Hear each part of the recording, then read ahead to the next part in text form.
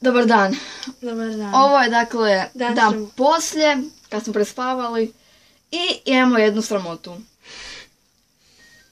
Evo. Ajde, trebamo reći šta. Sramota je zato, ovo vam je izazov. I mi smo rekli kao da trebamo cijelu noć biti budne. Ali mi nismo, mi smo oko 3 otišli spavati. Dobro, 2. Otišli smo spavati i sad moramo za kaznu odpjevati pjesmu. Jednu koja je jako sramotna za nas. A moramo je otpjevati baš.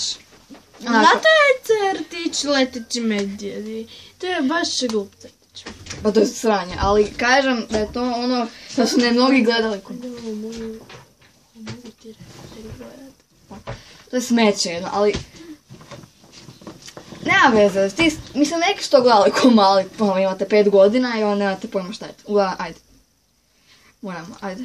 Dakle, mi ćemo tu pjesmu sada odpjevati. Samo za vas. Leteći medvjedići! Ja pjesam za medvjediće. U šumarku skrivenoj medvjeda je mali dom. Oni čak i lete, pogledajte.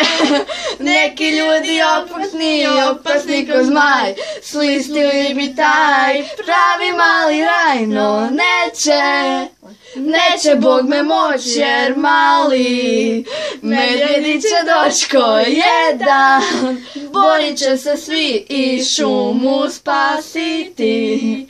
Ako voliš planinu, rijeku i svijet, primit će te odmah u tvoj šumski svijet. Ti čudesni maleni, leteći medvjedi,